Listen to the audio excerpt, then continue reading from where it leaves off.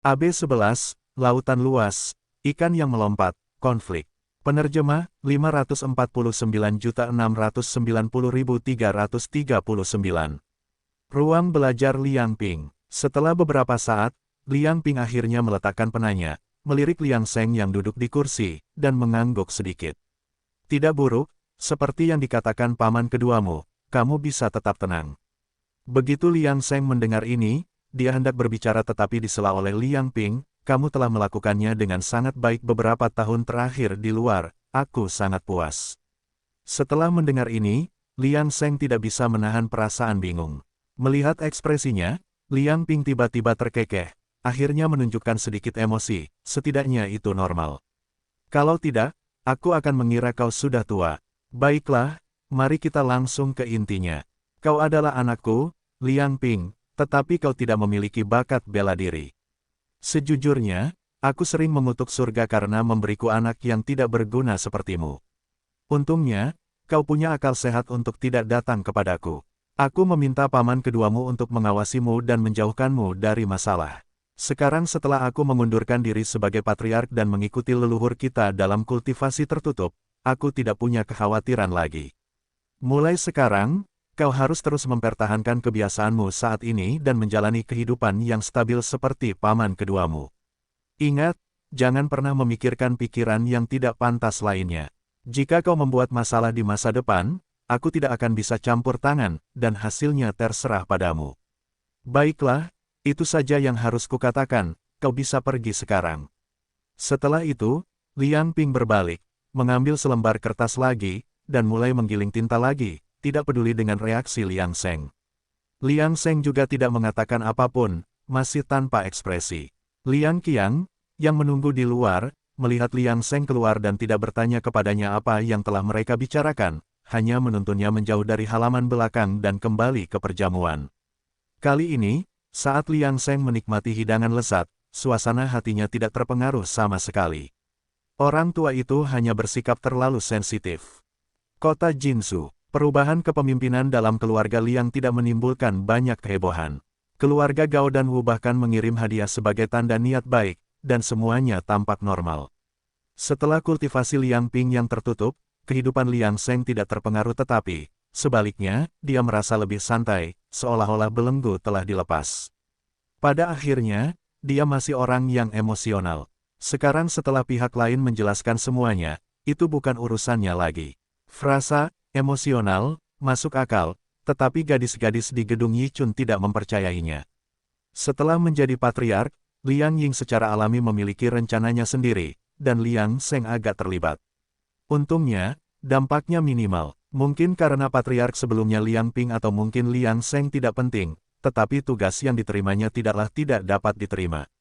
Hanya saja bagian yang dibayarkan kepada keluarga utama telah ditingkatkan menjadi 70%. Bagi Liang Seng, yang telah mengumpulkan banyak kekayaan, uang hanyalah harta benda eksternal. Bagi orang-orang muda, itu berarti mengambil langkah-langkah berani. Inilah keuntungan menjadi muda, seolah-olah segala sesuatu di dunia dapat dikuasai. Akan tetapi, kota Jinzu tidak didominasi oleh satu keluarga, dan sumber daya telah lama dibagi secara diam-diam. Jika seseorang ingin tumbuh dan berkembang, itu akan dengan mudah menyebabkan konflik. Untungnya, Liang Ying tidak kompeten dan tidak mengambil tindakan drastis sejak awal. Dia mengambil pendekatan yang lambat dan mantap, tetapi yang lain juga tidak bodoh. Jelas bahwa ini hanyalah tahap penyelidikan awal. Suatu pagi, Liang Seng sedang sarapan di kedainya, memperhatikan jalan-jalan yang ramai, merasa seperti seorang pertapa terpencil di dunia yang sibuk. Pada saat itu, segerombolan penjahat menyerbu masuk sambil membawa pentungan, langsung menyerang para pedagang di tepi sungai dan memukuli mereka tanpa pandang bulu. Dalam sekejap, jalanan menjadi kacau. Para pedagang, memegangi kepala mereka yang berdarah dan menjerit kesakitan, diserang dengan sangat kejam. Kalau saja naluri mereka tidak untuk berjongkok dan melindungi diri sejak awal, mereka mungkin akan dipukuli dengan lebih kejam. Tentu saja, para pelanggan di kedai itu melihat situasi itu.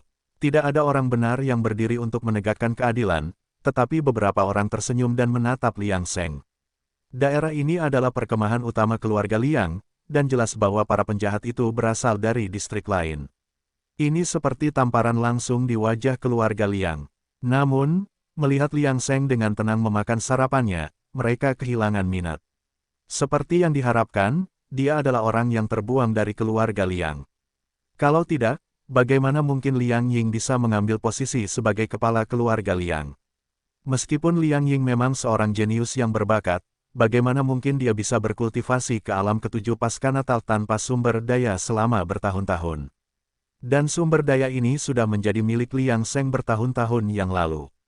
Orang-orang di kedai minum mulai berbisik-bisik dalam kelompok-kelompok kecil, menduga bahwa itu karena Liang Ying baru-baru ini memperluas jangkauannya ke daerah lain di kota Jinsu. Perluasan kekuasaan akan menimbulkan konflik. Mungkin Liang Ying tidak menyangka bahwa penyelidikannya yang kecil akan memancing reaksi yang begitu besar dari pihak lain. Pada saat ini, para preman setempat mulai mengumpulkan biaya perlindungan dari para pedagang, tetapi para pedagang lebih suka dipukuli daripada membayar mereka 1 sen pun. Lagi pula, mereka sudah membayar uang itu, hanya kepada keluarga Liang sebagai gantinya. Mereka tidak perlu menunggu terlalu lama, karena tak lama kemudian, suara langkah kaki yang tak terhitung jumlahnya terdengar dari sudut jalan. Ini adalah perkemahan utama keluarga Liang. Awalnya, mereka hanya mendengar langkah kaki, tetapi sesaat kemudian, sekelompok pria berotot berpakaian hitam ketat muncul. Pemimpinnya tidak membuang kata-kata, hanya melambaikan tangannya. Dalam sekejap, pria berpakaian hitam itu menyerbu ke depan, tetapi para penjahat itu tidak menunjukkan rasa takut, dan berani melawan balik dengan tongkat duka mereka. Kedua belah pihak diam-diam menahan diri untuk tidak menggunakan senjata tajam dan lebih memilih menggunakan pentungan dan sejenisnya. Liang Seng hanya melihatnya sekilas dan sudah bisa menebak hasilnya. Para pengawal keluarga Liang pasti menang. Dapat dilihat bahwa para penjahat ini hanyalah peringatan dari keluarga tertentu di kota Jinsu, dan permusuhan belum meningkat menjadi pertarungan hidup dan mati. Siapa tahu apakah Liang Ying akan menahan diri nanti. Tetapi apa pentingnya, selama itu tidak memengaruhinya, biarkan banjir terus mengamuk. Perkelahian terjadi dengan cepat dan berakhir dengan cepat pula, dengan semua penjahat berhasil dilumpuhkan. Kemudian polisi dari kantor pemerintah daerah tiba di tempat kejadian segera setelah perkelahian berakhir. Para penjahat bekerja sama dengan sangat baik, dengan patuh mengikuti para polisi pergi. Setelah situasi terkendali, para pengawal keluarga Liang yang berpakaian hitam bubar seperti air yang surut. Setelah duduk dan makan sarapan, Liang Seng sekarang berdiri dengan senyum di wajahnya saat penangkap Zheng Wanchun dari kantor pemerintah daerah berjalan mendekat. "Sheriff Zheng, apakah Anda sudah makan?" Zheng Wanchun melambaikan tangannya, dan pelayan kedai minuman, yang telah dilatih dengan baik oleh Liang Seng, dengan cepat membawakan roti kukus dan semangkuk susu kedelai dari dapur. Zheng Wanchun tidak berdiri dalam upacara, duduk di samping Liang Seng secara langsung. Setelah bertahun-tahun, Zheng Wanchun telah lama menjadi akrab dengan Liang Seng. Dia juga pelanggan tetap di gedung Sengde, dan ditambah dengan hubungan dari gedung Yichun, perasaan pria dapat meningkat dengan sangat cepat begitu mata mereka bertemu. "Ah, bulan ini sangat kacau, lebih sibuk dari tahun lalu. Kapan ini akan berakhir?" Zheng Wanchun menggerutu mengeluh sementara Liang Seng tidak menanggapi pembicaraan, hanya mendorong roti kukus ke arah Zheng Wanchun dan tersenyum, menyuruhnya makan. "Kepribadianmu benar-benar." Zheng Wanchun agak terombang-ambing antara tawa dan air mata, karena Liang Seng adalah seorang penjilat tua, kebal terhadap sanjungan dan ancaman. Zheng sendiri baru saja menyelidiki untuk mengetahui sikap keluarga Liang. Tetapi Liang Seng tidak mau ikut bicara. Namun, Zheng tidak terlalu peduli tentang itu. Jika bukan karena kepribadian seperti itu, mungkinkah putra tertua dari mantan patriark, seperti Liang Seng bisa begitu riang?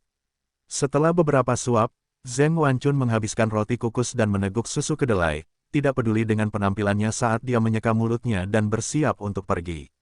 "Aku pergi sekarang, aku akan minum anggur bunga bersamamu lagi lain waktu." Setelah mengatakan itu, Zheng Wanchun berbalik dan pergi. Mengenai biaya roti kukus, apakah Liang Seng peduli dengan uang sebanyak itu? Melihat sosok Zheng Wanchun yang menjauh, hanya satu kalimat yang tersisa di benak Liang Seng. "Pasti ada masalah di kota Jinsu."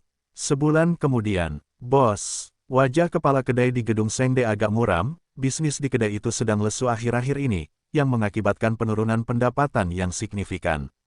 Untungnya, Liang Seng tidak ambil pusing, dia hanya melambaikan tangannya dan tidak mengeluh, Kalau tidak ada pelanggan, kita tutup lebih awal saja, kalian semua bisa pulang dan istirahat lebih awal. Setelah mendengar kata-kata Liang Seng, kepala kedai dan para murid menghela napas lega, bisnis sedang sangat lesu akhir-akhir ini. Saat ini, tempat itu seharusnya sudah penuh dengan tamu, tetapi dalam menghadapi situasi ini, mereka tidak punya pilihan. Kekacauan. Namun, mereka tidak terlalu khawatir, lagi pula, mereka berafiliasi dengan keluarga Liang di kota Jinzhou, bahkan jika terjadi kekacauan, itu hanya kekacauan sementara. Ngomong-ngomong, Duan Tua, ingatlah untuk membawa buku rekening bulan ini sebelum kau pergi. Aku ingin memeriksa rekeningnya. Setelah mendengar kata-kata ini, kepala kedai mengangguk, menyerahkan kunci kepada Liang Seng, lalu dia dan murid-muridnya berpamitan dan pergi. Sebelum pergi, mereka menutup gerbang utama kedai, meninggalkan pintu kecil agar Liang Seng bisa keluar. Selama bertahun-tahun ini, Liang Seng tampaknya tidak ikut campur, tetapi jika mereka berani menipu, itu sama saja dengan mencari kematian. Chen sebelumnya, yang merupakan kepala kedai, telah menghilang di kota Jinzhou. Cara Liang Seng memperlakukan bawahannya tidak hanya dengan kebaikan tetapi juga dengan tangan yang keras. Terlepas dari situasinya, dia adalah anggota keluarga Liang. Selain itu, kepemimpinan Liang Seng yang adil dan tegas telah mencegah kekacauan besar di gedung Sengde. Pada saat ini, Liang Seng diam-diam memeriksa rekening untuk periode ini. Meskipun kinerja kedai itu menurun, 20 hari yang lalu, setelah penurunan tajam, kehilangan lebih dari setengahnya. Sepertinya Zheng Wanchun juga menghilang setelah hari itu, dan dia bahkan tidak terlihat minum anggur bunga di gedung Yichun. Liang Seng mengetukkan jarinya dengan ringan di atas meja, perlahan-lahan memilah semua informasi terbaru, dan mulai menganalisis situasi di kota Jinzhou. Liang Ying akhirnya terlalu bersemangat untuk menunjukkan dirinya, yang menyentuh kepentingan semua orang, tetapi dia tidak begitu putus asa sebelumnya. Liang Ying bukanlah orang bodoh. Dia punya alasan untuk bertindak seperti ini, tetapi sebagai hasilnya, kekacauan di kota Jinzhou mungkin lebih buruk daripada terakhir kali. Ini tidak berhasil. Aku harus bersembunyi untuk sementara waktu. Ini tidak seperti konflik sebelumnya antara keluarga Liang dan Wu dan keluarga Gao. Ini menyentuh kepentingan mendasar mereka. Memikirkan hal ini, Liang Seng bergegas pulang dan keesokan paginya ia meminta Ma San untuk membawanya keluar kota, alasan resminya adalah untuk keluar sebentar. Sedangkan untuk bangunan Sengde, sudah memasuki jalur yang benar, Tua Duan dan timnya dapat menangani masalah-masalah kecil ini, jadi tidak perlu khawatir. Kuil Jinsan. Melihat rumah-rumah yang membentang terus-menerus di lereng bukit, Liang Seng tidak bisa menahan diri untuk tidak mendesah, tidak peduli di dunia mana, kuil-kuil ini selalu ramai dengan aktivitas. Apakah orang-orang takut pada hantu dan dewa, atau memiliki keinginan yang tak terbatas, yang menuntun mereka untuk berdoa kepada dewa dan Buddha? Liang Seng tidak menyelidikinya secara mendalam, ia mengangkat bahu dan melanjutkan perjalanan ke atas gunung. Saat itu, untuk menghindari pernikahan dengan keluarga Wu, Liang Qi memilih untuk menjadi seorang biksu. Pada awalnya, ia dan Liang Seng masih berkirim surat dan mengundang Liang Seng untuk mengunjungi kuil ketika ia punya waktu. Namun, pada saat itu, Liang Seng tidak yakin dengan sikap keluarga Liang terhadap Liang Qi. Untuk menghindari kecurigaan dan tidak melibatkan diri dalam masalah ini, dia tidak benar-benar mengambil tindakan. Namun, sekarang, tidak terjadi apa-apa, dan keluarga Liang mungkin sudah melupakan Liang Qi. Namun, tindakan santai yang dilakukan saat itu akhirnya membuahkan hasil hari ini. Di bawah bimbingan biksu terkemuka, Liang Seng langsung menuju aula harta karun Daxiong. Sedangkan Ma San, dia membawa sebuah kotak kecil di belakangnya dengan susah payah. Itu adalah uang untuk membeli dupa dan persembahan yang telah disiapkan Liang Seng. Jika dia akan tinggal di kuil Jinsan untuk waktu yang lama, bagaimana mungkin dia tidak memberikan persembahan kepada Tuan Buddha? Di atas aula harta karun Daxiong, Suan Nan, kepala aula penerima tamu, telah menerima berita dari Liang Qi dan siap menyambut Liang Seng secara pribadi. Salah satu alasannya adalah karena keluarga Liang yang berkuasa di belakang Liang Seng, dan yang lainnya adalah karena para biksu telah melihat uang Liang Seng yang berlimpah untuk membeli dupa dan persembahan. Setelah tiba di dalam aula harta karun Daxiong, Liang Seng berlutut di hadapan Sang Buddha dan memejamkan matanya untuk berdoa. Ia kemudian berdiri dan menangkupkan tangannya untuk memberi hormat kepada Suan Kong. Guru, Akhir-akhir ini saya merasa agak gelisah dan ingin menghabiskan waktu di tanah suci kuil Jinsan hingga saya bisa mendapatkan kembali kedamaian batin saya. Saya ingin tahu apakah ini diperbolehkan. Saat ini, Masan telah memberikan kotak itu kepada seorang biksu di dekatnya, sementara wajah Suan Kong penuh dengan senyuman. Sang pendonor memang orang yang ditakdirkan. Buddha kita penyayang dan bersedia membantu mereka yang sedang dalam kesulitan. Sebentar lagi, saya akan meminta para biksu di kuil untuk membersihkan dan menyiapkan kamar tamu. Setelah ini, pendonor bebas untuk bermeditasi di dalam kuil kita. Saya berharap pendonor akan segera menyelesaikan konflik batinnya. Kedua belah pihak berniat untuk berteman satu sama lain, jadi wajar saja, situasi yang menyenangkan pun terjadi. Akan tetapi, saat itu, Liang Seng tidak meminta bertemu dengan Liang Qi. Tujuan sebenarnya adalah untuk menghindari kekacauan di kota Jinzhou, ini hanya kebetulan. Suan Nan memiliki urusan lain yang harus diselesaikan, jadi dia minta diri dan pergi terlebih dahulu. Tidak lama kemudian, para biksu telah menyiapkan kamar tamu. Liang Seng dan pembantunya segera menangkupkan tangan mereka sebagai tanda terima kasih. Setelah menyiapkan kamar tamu, biksu itu menempatkan Masan di kamar di sebelah Liang Seng. Ketika hanya tinggal Liang Seng di kamar tamu, wajahnya berubah agak serius. Dia tidak menyangka kuil Jinsan begitu rumit. Tidak heran kuil itu dapat menempati area yang begitu luas di luar kota selama bertahun-tahun tanpa ada yang menimbulkan masalah. Kekuatan mereka benar-benar luar biasa. Kehati-hatian Liang Seng sebelumnya telah membuatnya tetap berada di dalam kota, jadi dia hanya memiliki pengetahuan terbatas tentang keadaan di luar. Namun hari ini, ketika ia melihat Suan Nan, ia tampak tenang, tetapi ada rasa heran di dalam hatinya karena ia tidak dapat melihat Suan Nan. Dengan kata lain, Suan Nan kemungkinan berada di alam ketujuh pasca Natal, seorang seniman bela diri tingkat tinggi. Jika tidak, bagaimana mungkin Liang Seng tidak dapat melihatnya? Ada lebih dari satu biksu tinggi dari generasi Suan di kuil Jinsan. Tidak diketahui apakah biksu tinggi lainnya dari generasi Suan juga ahli dalam kultivasi. Namun, ini mungkin bukan hal yang buruk. Ia tidak memiliki niat buruk lainnya, dan ada guru ini yang hadir di kuil Jinsan, yang lebih menjamin keselamatannya. Setelah merenung sejenak, Liang Seng dengan kasar menyusun sebuah rencana. Tampaknya hari ini, ia harus mengatur waktu untuk bertemu dengan Liang Qi. Ia telah menunggu di kuil Jinsan selama bertahun-tahun, ia pasti memiliki pengetahuan yang mendalam tentang kuil itu. Oleh karena itu, jika ia ingin memahami kekuatan kuil Jinsan, akan lebih baik jika ia menemukannya. Tentu saja, saat ini, Liang Qi juga memiliki nama Dharma. Seperti yang disebutkan dalam korespondensi sebelumnya, Liang Qi telah mengambil sumpah di bawah kepala biara aula disiplin, Suan Ji, dan diberi nama Dharma Hongxi.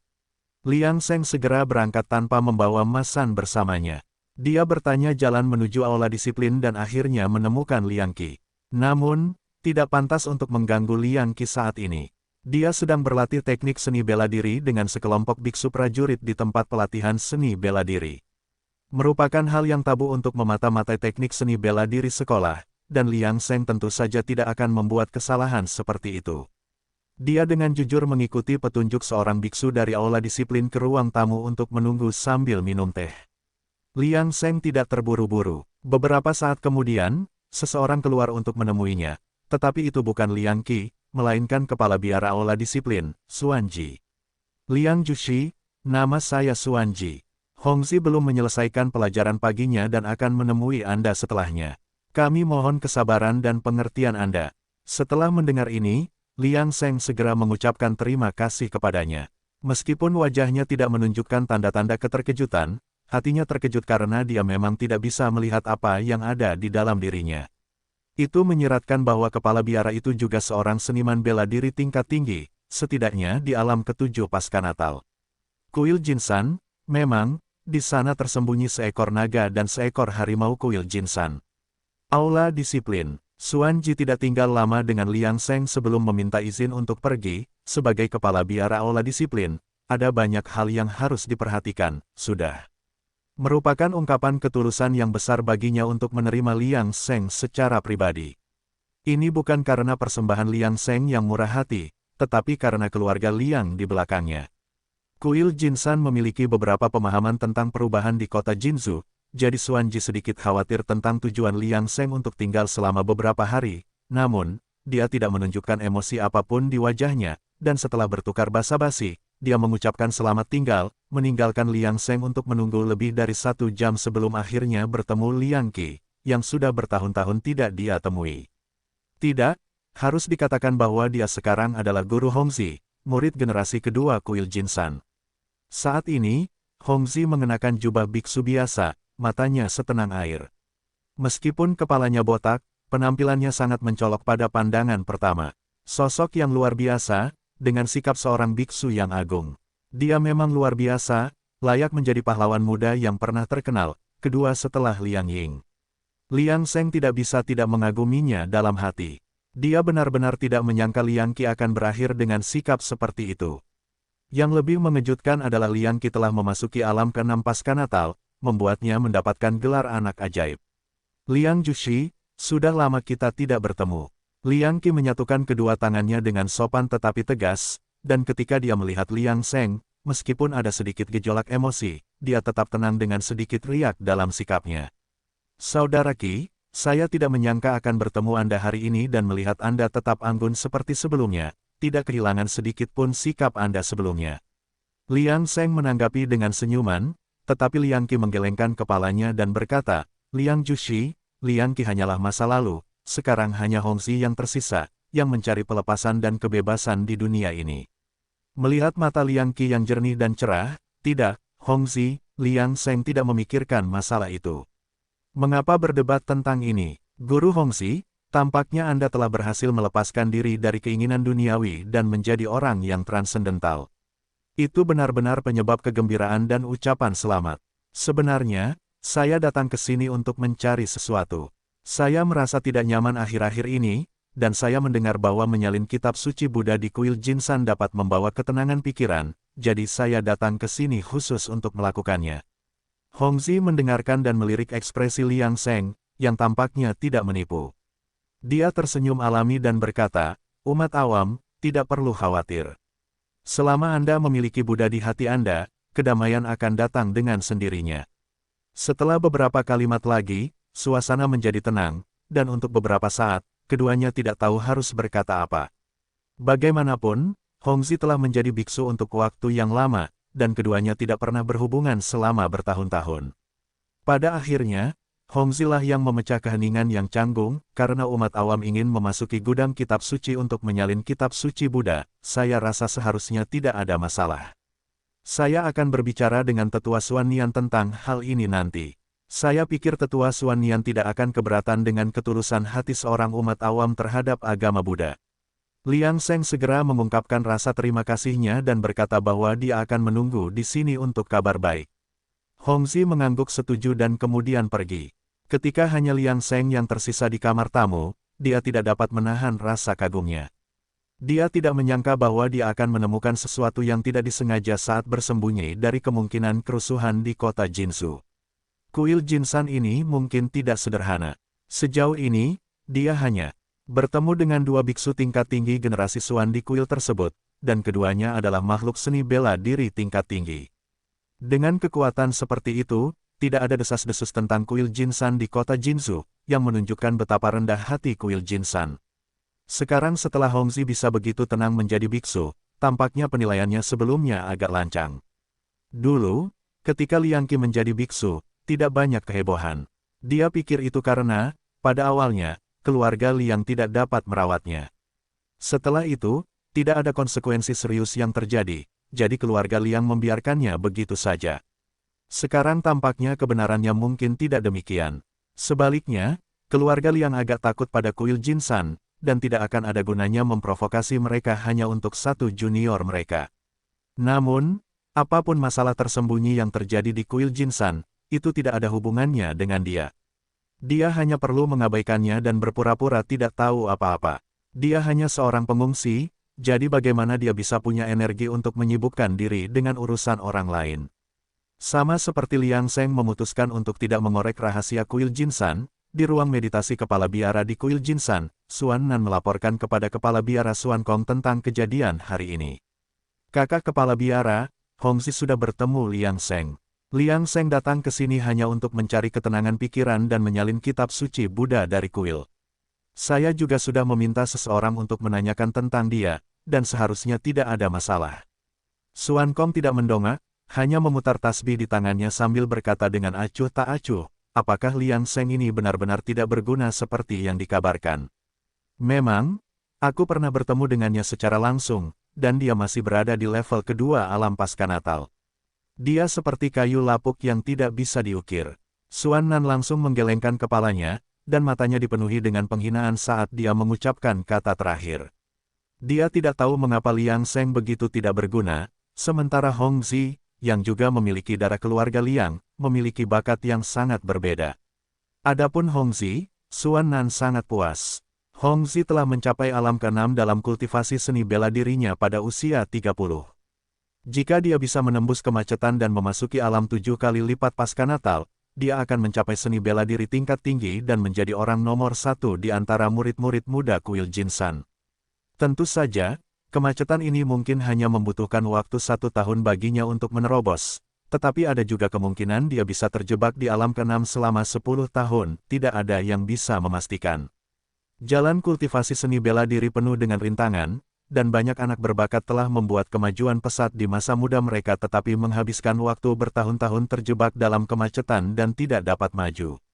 Tidak heran ketika Liang Ying mencapai alam ke-7 pasca Natal pada usia 30, leluhur keluarga Liang secara pribadi memutuskan untuk membiarkannya mewarisi posisi patriark.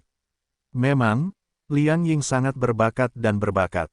Tanpa diduga, dalam 10 atau 20 tahun, keluarga Liang mungkin memiliki seniman bela diri 9 alam pasca Natal lainnya, atau bahkan berharap untuk mencapai tingkat bawaan. Setelah mendengar ini, kepala biara Suan Kong masih tidak menunjukkan emosi di wajahnya. Kalau begitu, biarkan tetua Suan Nian lebih memperhatikannya. Selama dia tidak pergi ke lantai 2 gudang kitab suci, dia dapat menelusuri kitab suci di lantai pertama sesuka hatinya.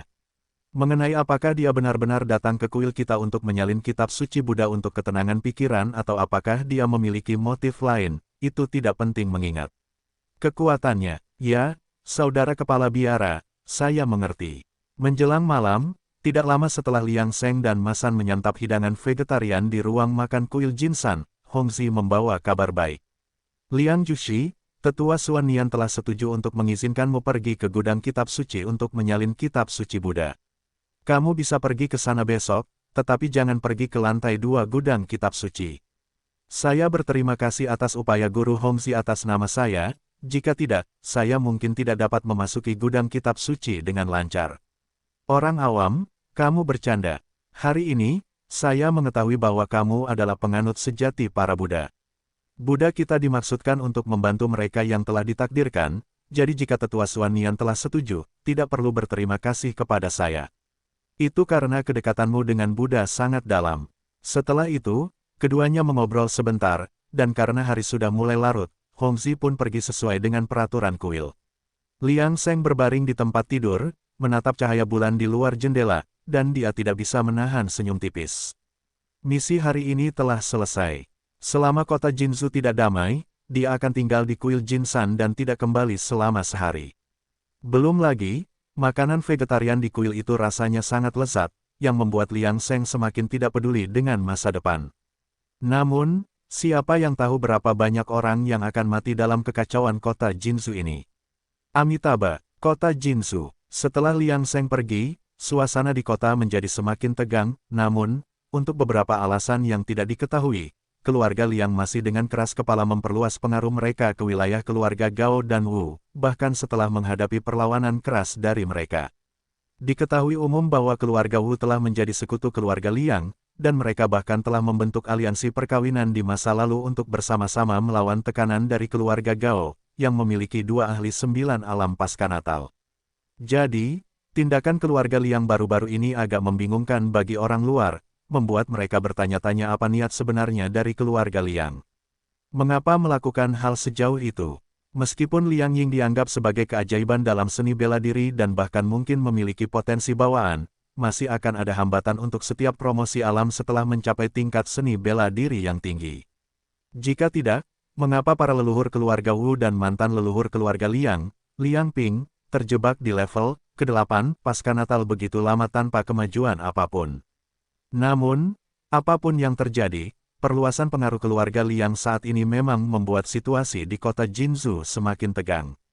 Belum lagi dua ahli 9 alam pasca Natal keluarga Gao, bahkan kekuatan keluarga Wu setara dengan keluarga Liang. Manfaat apa yang bisa diperoleh keluarga Liang dari tindakan mereka?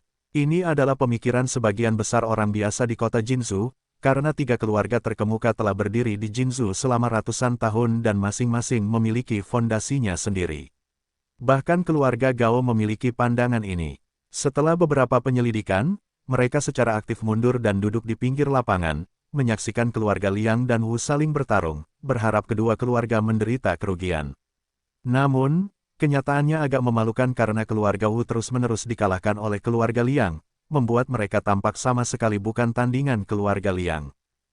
Keluarga Gao. Pada saat ini, kepala keluarga Gao, Gao Yuqiang, tidak dapat menahan diri untuk tidak berteriak keras, bagaimana keluarga Wu bisa begitu tidak berguna.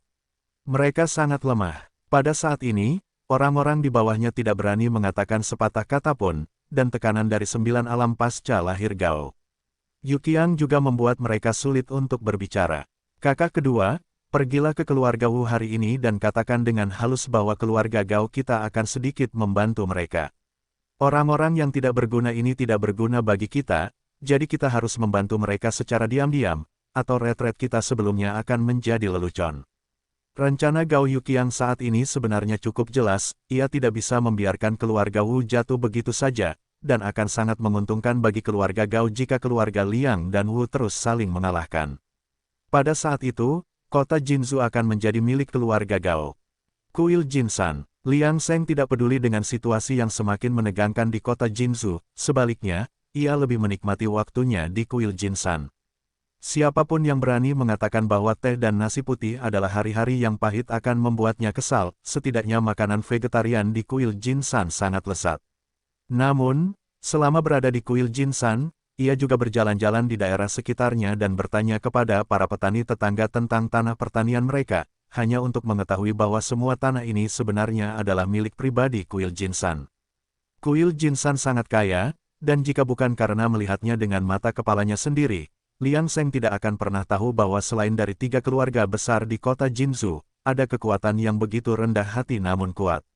Dan selain kepala biara dan beberapa biksu tingkat tinggi generasi Xuan lainnya yang belum pernah ditemuinya, termasuk kepala biara Xuan Nian dari gudang kitab suci, semua biksu tingkat tinggi generasi Xuan adalah praktisi seni bela diri tingkat tinggi, dan Liang Sheng tidak dapat melihat melalui alam mereka. Bahkan jika mereka belum mencapai 9 alam pasca Natal, mereka kemungkinan besar lebih banyak praktisi seni bela diri tingkat tinggi daripada gabungan total keluarga Liang, Wu, dan Gao. Situasi ini menakutkan untuk dipikirkan. Lagi pula, dengan kekuatan seperti itu tetapi sedikit ketenaran, kuil Jinsan pasti memiliki rencana besar, menurut pepatah dari kehidupan sebelumnya di Tiongkok. Tetapi apa hubungannya ini dengannya? Salam awal, orang awam. Di luar gudang kitab suci, biksu pemula yang menjaga pintu masuk melihat Liang Sheng mendekat dengan kertas dan pena dan segera menyambutnya dengan telapak tangan saling menempel.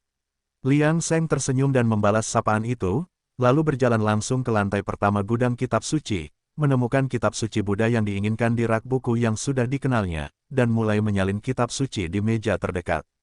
Karena dia sudah mengaku datang ke kuil Jinsan untuk menyalin kitab suci demi ketenangan pikiran, dia harus berpura-pura. Terutama setelah menemukan kerumitan kuil Jinsan, dia harus lebih berhati-hati, jika tidak, dia mungkin akan membangkitkan kecurigaan pihak lain, yang akan menjadi situasi yang buruk. Di dalam kuil, Liang Sheng sebenarnya tidak bebas berkeliaran, misalnya, pada saat ini, dia samar-samar bisa merasakan tatapan yang mengawasinya sebentar-sebentar. Jika bukan karena dia hanyalah seorang pemboros alam pasca kelahiran tingkat kedua yang menyamar, pihak lain akan lebih berhati-hati, dan dia tidak akan dapat mendeteksi mereka sama sekali. Itulah sebabnya dia berspekulasi bahwa orang yang mengawasinya kemungkinan adalah kepala biara Xuan Nian dari gudang kitab suci. Pada awalnya, pihak lain mengawasi dari segala arah. Namun, setelah beberapa hari, mereka tampaknya secara bertahap mengabaikan keraguan mereka dan tidak lagi mengawasinya sepanjang waktu. Pada saat ini, di lantai 2 di atas, seperti yang dipikirkan Liang Sheng, Xuan Nian sedang menatapnya. Namun, dia tidak sendirian, Xuan Ji, kepala biara aula disiplin, juga berada di sisinya. Tampaknya, Liang Seng benar-benar datang ke sini untuk ketenangan pikiran. Kita tidak perlu khawatir tentang motif tersembunyi apapun lagi. Paling-paling, dia sedikit licik, mencari keberuntungan dan menghindari kejahatan.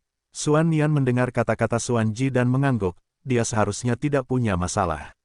Setelah mengamati selama beberapa hari terakhir, jelas dia bahkan tidak berpikir untuk pergi ke lantai 2.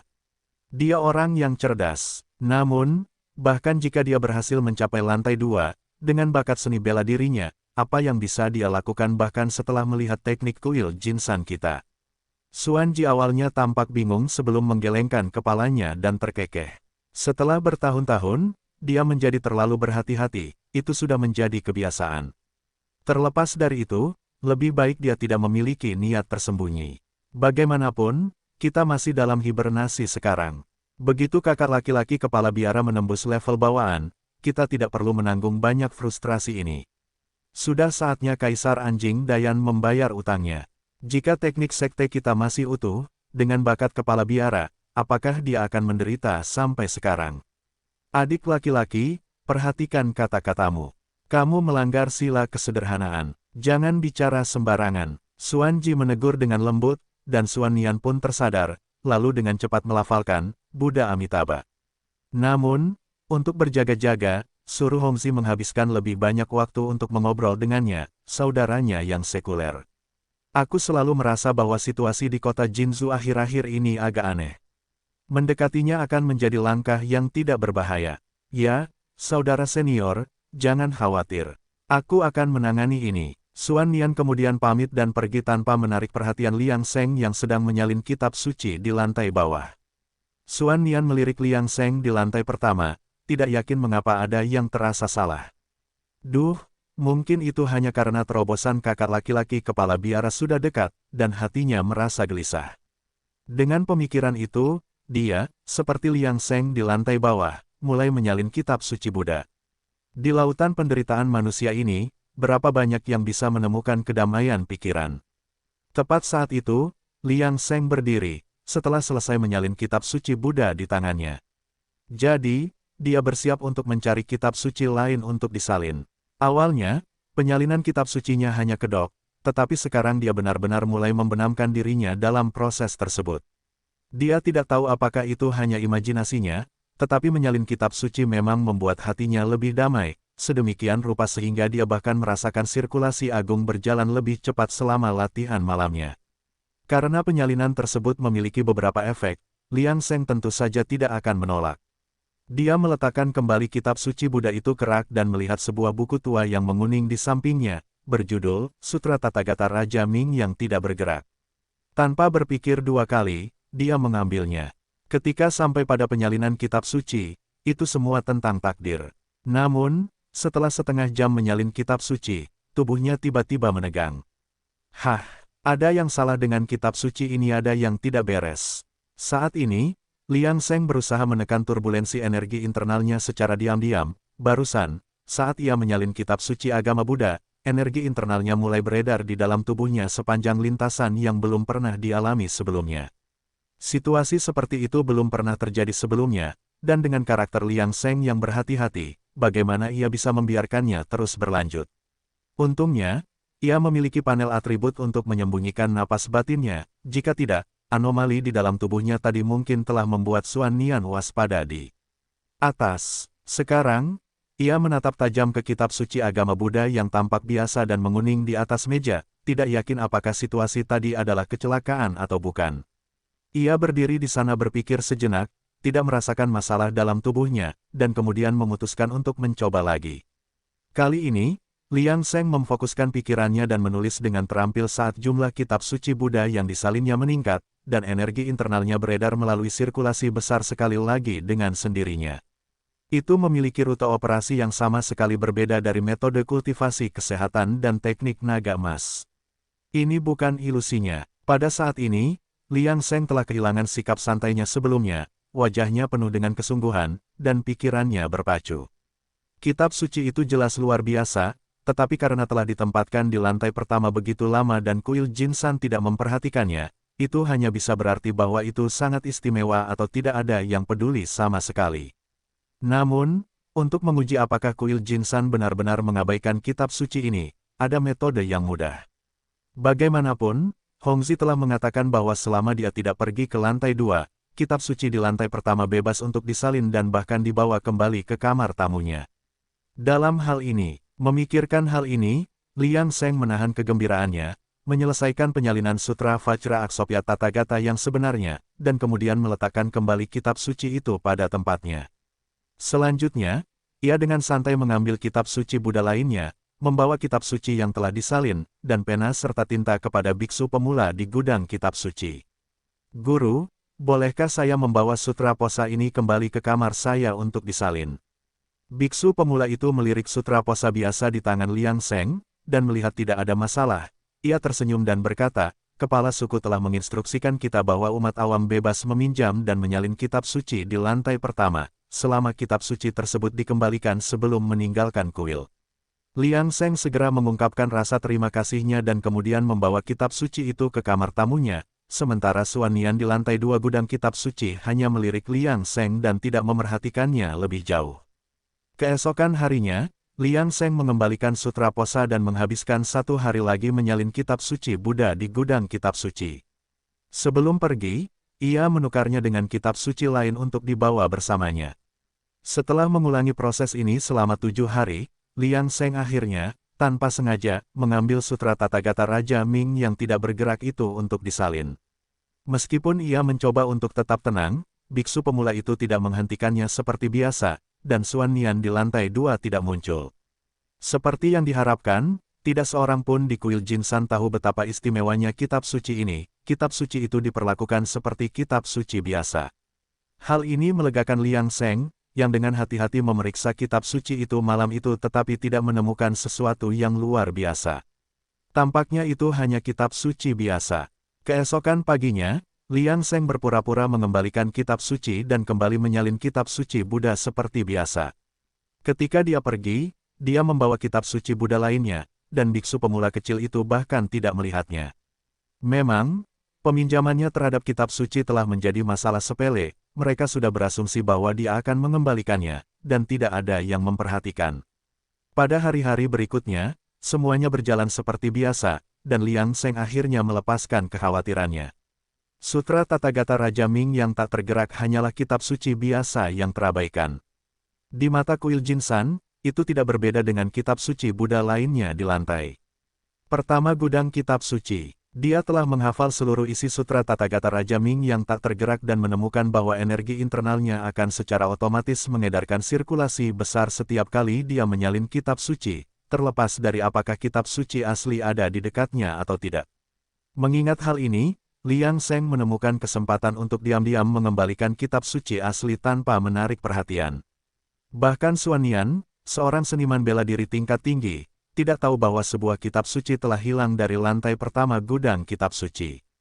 Sejak saat itu, Liang Seng menyalin sutra Tathagata Raja Ming yang tidak bergerak setiap hari, tetapi dia tidak merasakan perubahan apapun dalam dirinya.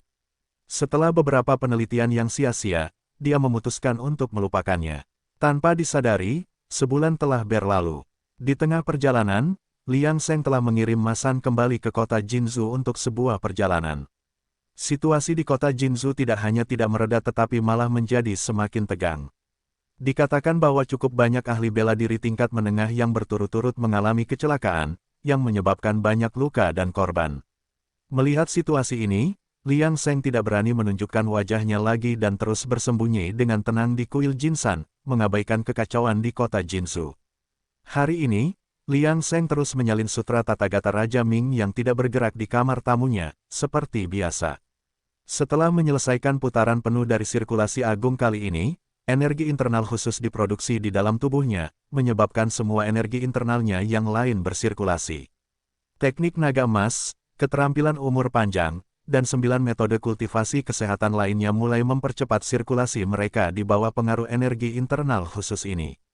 Jika kecepatan kultivasi dan sirkulasi Liang Seng sebelumnya melalui sirkulasi agung adalah 1, sekarang telah menjadi 1,50% lebih cepat.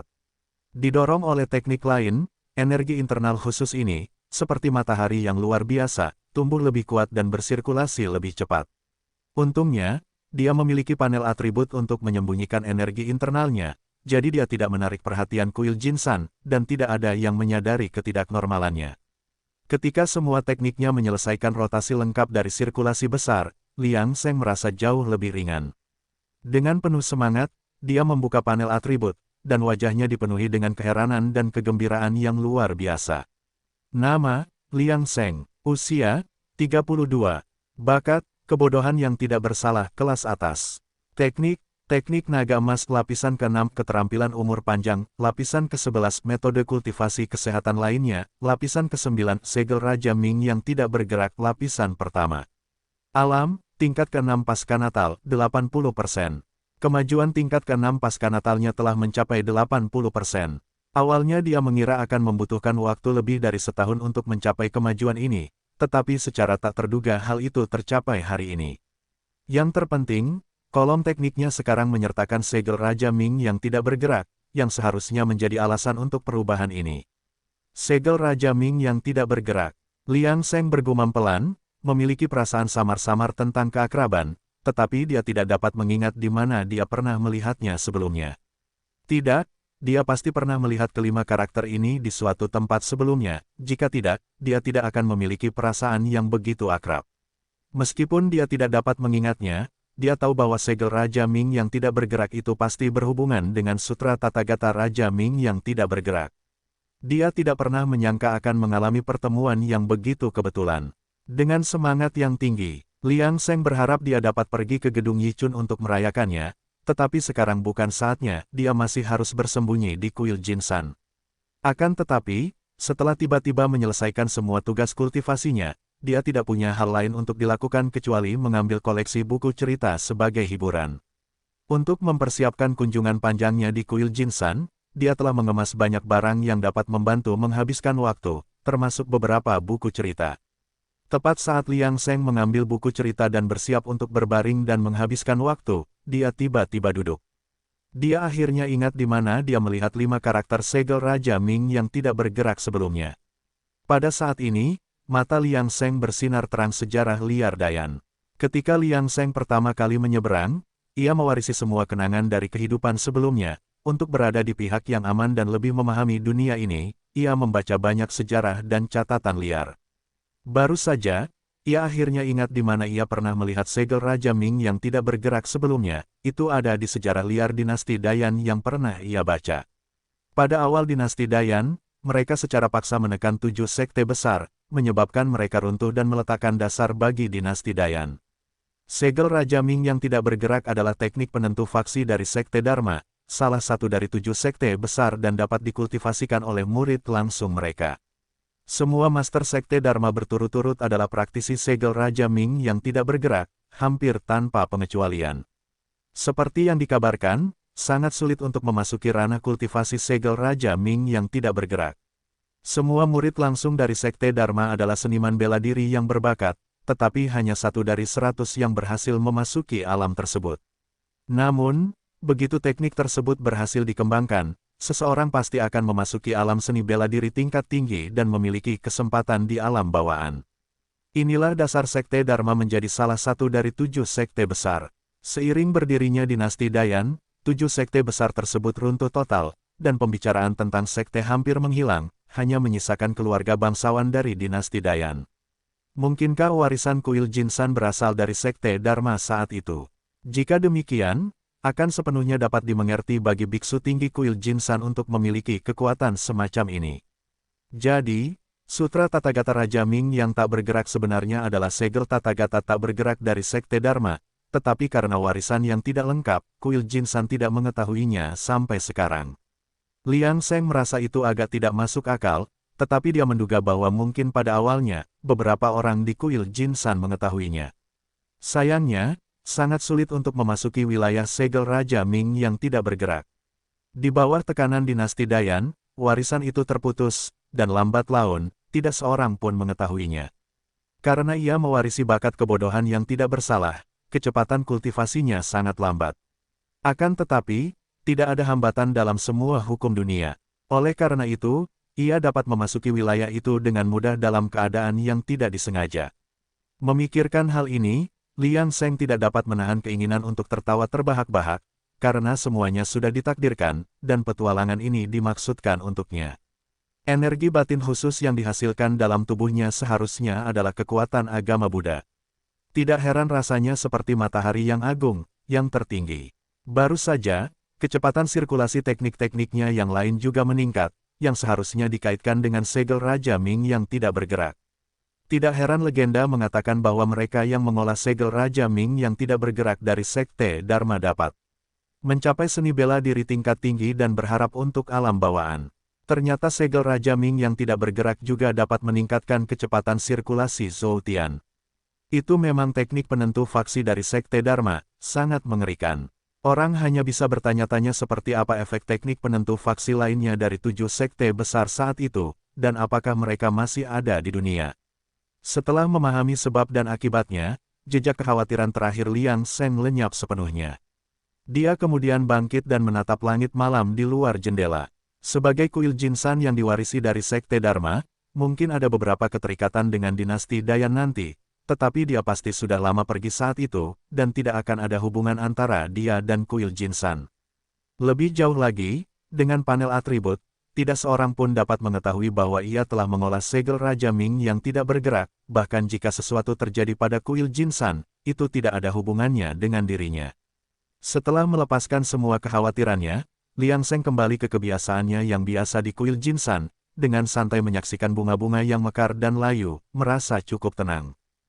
Kota Jinsu, aula konferensi keluarga Liang. Saat ini, Liang Ying sedang duduk di ujung meja, dengan para tetua dan manajer keluarga Liang di kedua sisi di bawahnya.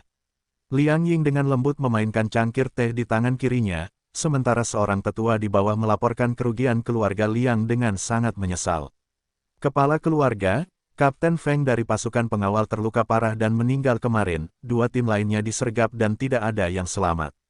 Menjumlahkan kerugian ini, korban keluarga Liang kita dalam sebulan terakhir saja lebih banyak dari total 10 tahun sebelumnya, kita tidak mampu untuk terus seperti ini. Setelah mendengar ini, semua tetua tidak dapat menahan diri untuk saling berbisik. Mereka sudah merasa tidak puas dengan keputusan Liang Ying sebelumnya di dalam hati mereka. Jika bukan karena dukungan penuh leluhur terhadap Liang Ying, seseorang mungkin sudah menyerah dan langsung mengkritik kepala keluarga muda itu. Mereka seharusnya tahu bahwa keluarga Liang dan Wu awalnya menikah. Istri sah Liang Ying adalah putri kepala keluarga Wu, Di.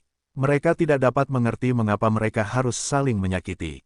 Keluarga Liang dan Wu seharusnya bergabung untuk melawan keluarga Gao, tetapi sekarang mereka saling membunuh, yang berarti membantu keluarga yang kejam itu. Jika Liang Ying bukan kepala keluarga, para tetua ini mungkin akan berpikir bahwa dia adalah mata-mata keluarga Gao, jika tidak, mengapa semuanya menjadi seperti ini. Pada titik ini, Liang Ying dengan tenang menyesap teh sebelum berbicara, Paman keempat, bagaimana kerugian keluarga Wu? Apakah keluarga Gao berhenti bersembunyi di balik layar dan mulai mengambil tindakan sendiri? Tetua yang dipanggil Paman keempat oleh Liang Ying adalah orang yang baru saja melaporkan situasi tersebut. Wajahnya telah berubah sepenuhnya menjadi hitam, dan jika bukan karena kebaikan leluhur, dia pasti sudah pergi sekarang. Dia menarik napas dalam-dalam, memaksa dirinya untuk tenang, dan berkata dengan suara rendah, keluarga Gao memang telah bergerak. Jika mereka bergabung dengan keluarga Wu, saya khawatir. Dia tidak melanjutkan, tetapi semua orang bisa menebak apa yang dipikirkannya. Namun, Liang Ying tetap tidak terpengaruh. Kalian semua yang hadir di sini adalah para tetuaku, dan pengalaman kalian lebih hebat dariku. Namun, rencana ini bukan ideku, melainkan ide leluhur.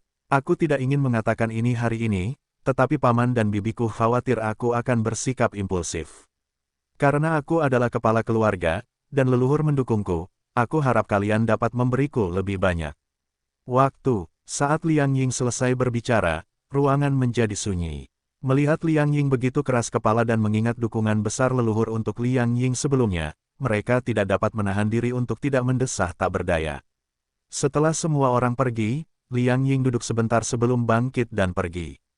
Dia kemudian pergi ke halaman terpencil lainnya. Ketika dia masuk, 2 orang sudah menunggu di halaman. Mereka bertiga langsung saling menyapa setelah bertemu. Jika ada orang luar yang hadir saat ini, mereka akan sangat terkejut karena salah satunya adalah Wu Chang, kepala keluarga Wu yang berselisih dengan keluarga Liang, dan yang lainnya adalah Zheng Wanchun, penangkap kantor pemerintah daerah. Ayah mertua, Sheriff Zheng, kurasa sudah waktunya untuk menutup jaring. Wu Chang mengangguk, tetapi Zheng Wanchun ragu sejenak. Bukankah masih terlalu dini? Wu Chang segera menggelengkan kepalanya. Gao Yuqian telah memberitahuku secara halus bahwa dia akan mendukungku dengan sepenuh hati dan akan mengambil tindakan sendiri bila perlu. Mendengar ini, Zheng Wanchun juga melepaskan kekhawatirannya dan mengangguk. Kalau begitu, memang sudah waktunya untuk menutup jaring. Tidak baik bagi kota Jinzhou jika keluarga Gao memiliki dua alam sembilan terlalu lama. Yakinlah, Sheriff Zheng, rencana ini akan sangat berhasil. Biarkan saja penguasa daerah duduk dan menunggu kabar baik kita. Kepala keluarga Liang memang seorang talenta muda. Aku percaya bahwa kerjasama ini tidak akan mengecewakan salah satu dari ketiga pihak kita hari ini, dan kota Jinzhou akan jauh lebih damai mulai sekarang. Setelah mengucapkan kata-kata itu, mereka bertiga saling berpandangan dan kemudian tertawa terbahak-bahak. Kilatan keganasan melintas di mata Liang Ying dan Wu Chang. Kota Jinzhou tidak akan membiarkan sebuah keluarga dengan dua alam sembilan ada. Kuil Jinsan, Masan awalnya bermaksud pergi ke kota untuk mengumpulkan informasi tetapi dihentikan oleh Liang Sheng, setelah mendengarkan laporan Masan kemarin. Semakin dia memikirkannya, semakin terasa ada yang aneh. Situasi di kota Jinzhou menjadi semakin tegang baru-baru ini, dan mungkin akan benar-benar meletus kapan saja. Bagaimanapun, situasi dalam 2 hari ini agak tidak biasa. Mengadopsi prinsip kehati-hatian bersama dengan intuisi Liang Sheng yang gelisah, dia meminta Masan untuk tinggal di kuil dan tidak pergi ke kota Jinzhou untuk mengumpulkan informasi untuk sementara waktu. Ketika malam tiba, Liang Sheng menatap bulan yang cerah di langit, di tengah bayangan pepohonan yang berbintik-bintik, dia menjadi semakin gelisah. Dia takut sesuatu akan terjadi malam ini, tetapi dia tidak tahu apa hasilnya. Dia berharap berita yang akan dia terima besok akan baik. Kota Jinzhou. Saat ini, jalanan sunyi, dan penjaga patroli yang biasa tidak bertugas malam ini. Bahkan gedung Yichun tidak buka untuk umum. Orang-orang kelas bawah dari 3 guru dan 9 aliran adalah yang paling jeli. Setiap kali ada sedikit gangguan, mereka akan mencari keberuntungan dan menghindari kejahatan. Saat ini, angin malam bertiup lembut, dan bulan yang cerah menjulang tinggi di langit. Namun, untuk beberapa alasan, ada aura kesungguhan dan niat membunuh di jalanan. Tepat pada saat itu, langkah kaki tiba-tiba muncul di jalan. Seiring berjalannya waktu, langkah kaki itu semakin padat. Setelah itu, sejumlah besar pria dan kuda muncul di kedua sisi jalan, semuanya bersenjata. Begitu kedua belah pihak bertemu, mereka bertarung tanpa mengucapkan sepatah kata pun. Baja dingin tidak menunjukkan belas kasihan. Di tengah kilatan pedang mereka, daging dan darah beterbangan, dan jeritan kesakitan dan tangisan untuk pertempuran bercampur menjadi satu, menciptakan kekacauan yang tak tertandingi. Namun, ini hanyalah pertarungan antara seniman bela diri biasa. Tidak jauh dari medan perang, lebih dari selusin sosok berdiri saling berhadapan. Ayah mertua, saya khawatir saya telah menyinggung Anda hari ini. Ternyata pemimpin kedua belah pihak adalah Liang Ying dan Wu Chang. Setelah mendengar kata-kata Liang Ying, Wu Chang tidak bisa menahan diri untuk tidak mencibir. Menantu laki-laki saya yang baik, Anda hanya berada di alam ke-7 pasca Natal. Bagaimana Anda bisa bersaing dengan saya tanpa kehadiran Liang Ping, memaksa saya untuk menggertak lawan yang lebih lemah? Benarkah? Liang Ying tidak marah setelah mendengar ini, tetapi malah terkekeh pelan. Kemudian, ledakan tawa yang hangat datang dari belakangnya. Pemimpin keluarga Wu, saya pikir dengan saya di sini, Liang Ping tidak perlu muncul, kan? Saat berikutnya, Zheng Wanchun muncul di hadapan kedua belah pihak. Wu Chang menatapnya, dan alisnya berkerut, tetapi kemudian dia tertawa terbahak-bahak. Zheng Wanchun, kamu hanya seorang polisi rendahan, baru saja mencapai alam ke-7 pasca Natal. Beraninya kamu bertindak liar di hadapanku. Kata-kata Wu Chang baru saja jatuh ketika semburan ki terpancar dari Zheng Wanchun, dan tawa Wu Chang tiba-tiba berhenti. Kamu berhasil. Zheng Wanchun hanya tersenyum tanpa berbicara. Wajah Wu Chang berubah sangat jelek saat dia melihat Liang Ying yang berdiri dengan tenang di samping, tampaknya tiba-tiba mengerti sesuatu. Jadi, kamu berkolusi dengan pemerintah daerah, itulah sebabnya kamu berani bertindak seperti ini.